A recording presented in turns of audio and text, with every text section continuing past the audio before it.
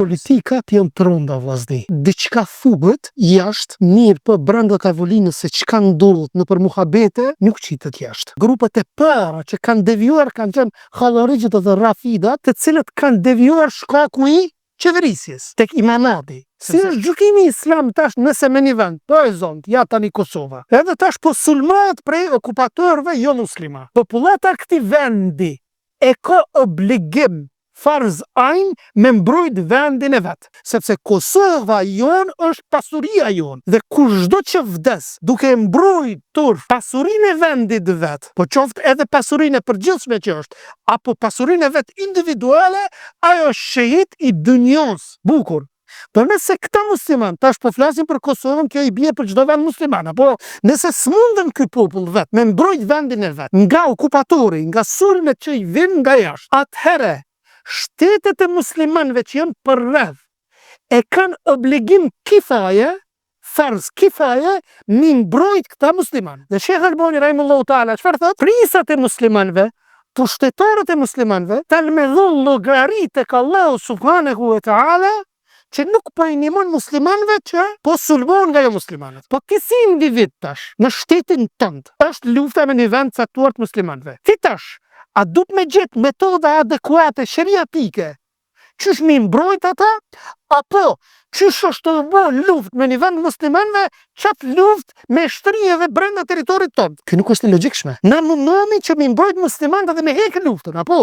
E jo me si janë luftën të na. Atër që kime bë? Ti kimi këshillu si individ, kemi këshillu pushtetarët e vendit tënd, që nëse kanë fuqi shtetet e muslimanëve, me shku dhe me mbrojt një shtet të muslimanëve që është okupuar nga jo muslimanët. Po e zonë, për shembull, sot mu që Serbia me na sulmu neve. Kush e ka obligim këtu tash për rreth neve të me na mbrojt? Turqia, si musliman. Turqia ka kifaj me na mbrojt neve. Sepse e kemi më afër si shtet musliman kom Turqia, po. Dhe këto besoj që e bën Turqia. Dhe nuk kam dyshim unë në këta. Në kështu shkohet ndihma. Mirë, Turqia s'pe bon, ose një shteti muslimanëve nuk pe bon. Atër këshillohen.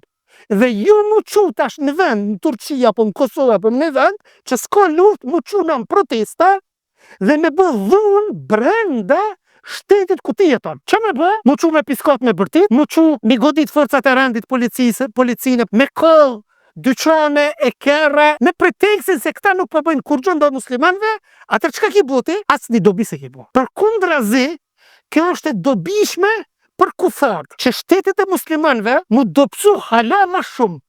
Po flasim shtetet e muslimanve o vllaznin, mos këshoni qeverit, politikant, se politikani sot vjen nesër vjen tjetri, sot është kë nesër o tjetri.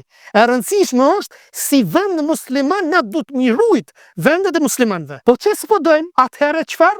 Sheikhul Islam Ibn Taymija ka thonë një fjalë shumë të mirë. Ata besimtarë, thot, që gjenden në një tokë e që në të janë të dobët, atëherë le të punojnë, thot, me ajetet e durimit dhe faljes, mbi ata të cilët ngriten kundër Allahut dhe të dërguarit të tij, kurse ata të cilët posedojnë fuqi, atëherë veprojnë me ajetin, me citatin e luftimit kundër atyre. Kur e shohin disa vre muslimanëve që në trit, që shtetet e muslimanëve s'po bëjnë kur gjo. Në aspektin e luftës po flasi, sa në aspektin e ndihmave sa në këtë janë të e bo. Po flasim në aspektin ushtarak, që si janë të e bo. Atër qëfar qohen disa të rinje dhe bëjnë trazira në vendet e tyre të muslimanëve. Pse se pushtetarë s'po bëjnë kur gjo, atër qomin ati luftojnë pushtetarë, që ki bo? A mendon që ti nëse i luftojnë pushtetarët, kimi nëzip pas të minimu muslimanëve tjera, prej një vendi ku është lufte, kimi shfaq edhe një luft tjetër civile pastaj. Brenda shtetit tënd e që kjo është në dobit kufarëve. Shikone, qafirat e provokun Muhamedit a.s. Dhe muslimant nuk mujten me bajt dhe i thënë Muhamedit a.s. Ja Resulallah, ti farojmë që ta, se të kanë sulmu, apo? Mirë po për jam e së sajta, tha mos luftoni. Jam i urdhrua që mos luftoj dhe të pa lek. Mirë po për kundër kësaj, shejtani e lëshën një zonë, apo, të kafirat dhe qëfar ju tha? Thot vërtet Muhamedi dëshiron t'ju luftoj, prandaj luftoni ju ata. I nxiti qafirat kundër muslimanëve dhe ata ishin në fillet e para të Davitit. Dhe ishin pak, nëse pejgamberi do t'ishte përgjigjur sahabeve. Thot të ti atër muslimanët do t'ishin shfarosur. Shikoni mençurinë e Muhamedit a.s. Shikoni pra se si shejtani është i prirur që t'i fus muslimanët në betejë, ndërkohë që ata nuk janë ende të gatshëm. Tash për momentin vllazni, për kundër gjunaheve, po dhe kufriateve në vendet e muslimanëve, që jenë për hap, jenë të prap, jo po jenë për hap. A ju të shku me një rrugë të fuqizimit të shtetit muslimanëve? Po vëllezër, me armatime, me gjëra të ndryshme. Para se të fuqizohen, ta bëjnë ata një luftë, ndoshta do të shkatërrohen krejt. Nëse nuk munden, në Kinë për shembull, nuk lejon mi kriju obligimet fetare. E ki haram me neti në atë vend. Po çysh ai vendi jam është? A është vendi yt më i shenjtë, a Çabi është më i shenjtë? Muhamedi alayhis salam u urdhnua ta lë Çabën, vendin e shenjtë, ta lë. Dhe të shkoj ku? Hijret të bëj. E njëjta gjë është vëllazni edhe në fetvan e Sheikh Albanit, i cili kur u pyet për Palestinën aso kohë, tha palestinezët duhet bëjnë hijret me një vend tjetër, do të shpërngulen derisa të forcohen e pastaj të kthehen edhe ta shtirën Palestinën. Ky jaudi than. Ky punon për politikat e jaudive. Sheikh Albani po punon për politikat e jaudive. Sheikh Albani ka mësuar sirën e pejgamberit sallallahu alaihi wasallam. Sheikh Albani ka mësuar dinin e Allahut azza wa jalla me menhejin e sakt. Thot Allah subhanahu wa taala, po a nuk ishte toka Allahut e gjërë të emigranit në të, pse po thot? Kur ki presion me kry obligimet fetare me një vend, kur s'mundesh mi kry, e ki haram me nejt aty, jo po vendi, në Kinë, vendet kineze, ku janë atje, mushrik udhëtarët, atje nëse e thu selamu aleikum telefon bashkë me mu nëse flet, marrin edhe çet institucione të deradikalizimit. Pse se je radikalizuar ti selam do japish. Me një aspekt dojmë me të deislamizu, me të largu krejtësisht prej fesë. S'ka të bëj këto ekstremizëm, tu ka të bëj me islamin si fe. S'dojnë me talonaj. Jo po me bëj një grup, po bëj gjihad kundër Kinës. Çka kinë voti? Kanë me të myt gratë e fëmijët, kanë me të shkatru pasunin, kanë me të shkatru edhe kurrë rrugët. Edhe ti me vdek në fund. S'pa ku shpëtoj jetën tonë. Hadithi e pejgamberit alayhi salam thot muslimani nuk e fut veten e vet në rrezik. Thot çfarë rreziku? Thot kur ti ekspozohet rrezikut, s'bën më ekspozu rreziqe. Mirë, nëse shtetet e muslimanëve nuk po luftojnë ndaj jo muslimanëve për mi mbrojt muslimanët, atëherë s'paku çka mund të bëjnë këto shtetet muslimanëve? I urdhërojnë në mënyrë individuale apo shtetërore ndihmë. Këtë janë tu e bë. Çka mund të bëjnë tjetër ndihmë për muslimanët? Këto janë tu e bë. Këtë janë tu e bë.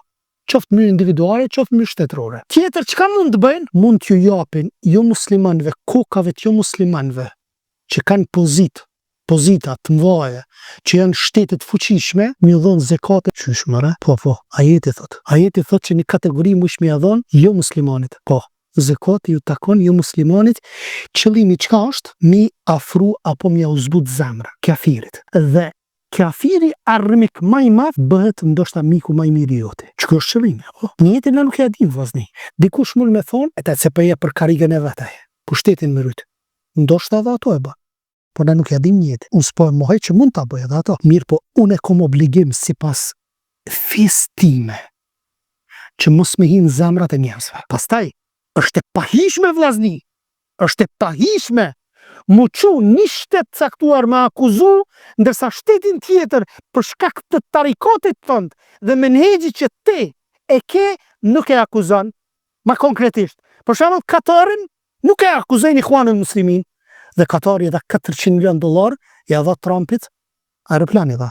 Dhurat. Katarin nuk e goditën, se Katari është mbrojtësi i Ikhwanul Musliminëve. Apo Turqia për shembull, që vend musliman që bën tregti me Izraelin. Kërkush nuk flet. Mbaj të gjitha shtetet e muslimanëve se musliman janë. Përkundër gabimeve që janë. Ndërsa Saudia çfarë bëri? Ai dha dhurat, ai dha investim, triliona sa janë. Kjo investim çka i bjerë vëllazni? Është përfitim reciprok. Apo tash një shtet e muslimanëve për dobinë e shtetit vet, po shkon blen prej kafirit. Tregtia lejohet me kafirin? Po jo, që tash është rasti Palestina, kjo për në rregull, mirë. Tash do ta trajtojmë edhe këtë çështje që a lejohet një kafirit armik mi dhon për me nal zullumin e një jo muslimani. A lejohet apo nuk lejohet? Lejohet. Çka ka të keqe nëse une marrë për një muslimani aromatim më të fuqishëm të sofistikum për vendin ta? Ku problemi? Po jo ti po bën tregtimet, ani që ka tregtia është e lejuar. Ma keqja vllazni, a keni po? Çfarë rreziku? E kishin bërë Çabën, e kanë fut një gyp aty, në gypin, parët në Çabe, të shku nëpërmjet gypit tek Trumpi. Çfarë do mi thonë ti muslimanëve? Po do mi thonë mos shkonin në Çabe. A jeni të rrezi? A din çfarë Davidi jetu boti? Ky nuk është David. Një prej rasteve është me Safwan ibn Umej. Ishte nga Mekka djali i Umayje ibn Khalaf, një nga armiqet më të ashpër të pejgamberit alayhis salam. Baba i qëtij ishte armik i hapur, po dhe djali i tij, ai mori pjesë në betejat e Bedrit, Uhudit e të krejtëve kundër muslimanëve. Armik i ashpër. Mirë, po çka u bë? Muhamedi alayhis salam, edhe pse akoma nuk ishte bërë musliman, në betejën e Hunenit, pejgamberi sa i kërkoi Safuanit 200 parzmore armë për betejën e Hunenit. A di çka i tha Safuani? Po t'i jap si hua dhe jo si dhurat. Profeti alayhis salam çka bune? Mas betejës 3 herë ka 100 deve edhe. Thot pasha-Allahun, ai më jepte edhe pse ai ishte njeri më i urryer për mua. Ai vazhdoi të më jap derisa u bë krijesa më e dashur për mua. Kur kërkoi parzmore armatim, ky ishte mushrik vllazni. Çka të keqë unë me lyp prej një kafirit armatim, me ble, kom probleme, po ai pinimon filan shtetit. Që filan shteti po i torturon musliman to. Në rregull dhe, ata senin më të madh kanë se sa torturën, e kanë shirkun. Po shirkut asnjë më kat tjetër nuk është. Ti e ki kry punën tënde, e ki këshillu. Ndosht me marr, u kry. Mos dosht, ai e jep llogarin tek Allahu subhanahu wa taala, ti ke më dhon llogarin tonë që i ke këshillu, edhe kemi u shpërblyt tek Allahu subhanahu wa taala. Nëse i mësojmë çto parime, çto rregulla dhe nuk shkojmë me emocione, senet kishin më ndryshu për të mirë shumë. Unë e kuptoj dhe zemra na dhem kur ti shohim ato video.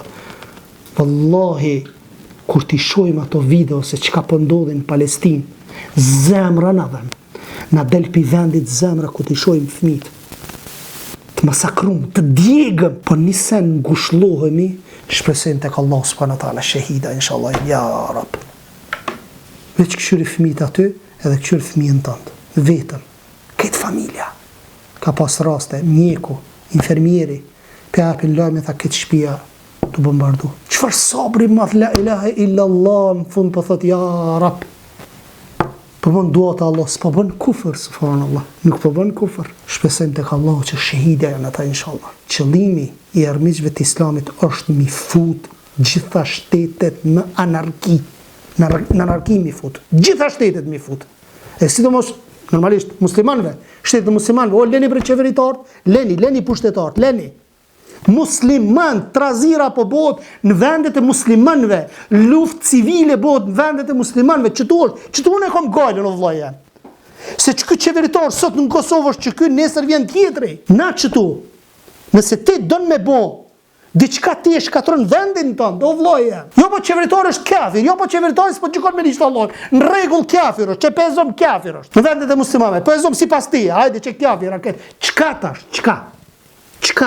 Apo do mu kryen ngrit? Apo do prap mu çujta e pranvera arabe, apo vjeshta arabe i kanë thënë ulemaja. Mi shkatru që kjo tash po dalin deklaratat ka qenë e orkestruar nga vetë kafirat për mi shkatru vendet e muslimanëve. Nëse sot Saudia, nëse sot Turqia, nëse sot Pakistani, nëse sot forcon këta, për kafirat është frikë o vllaja.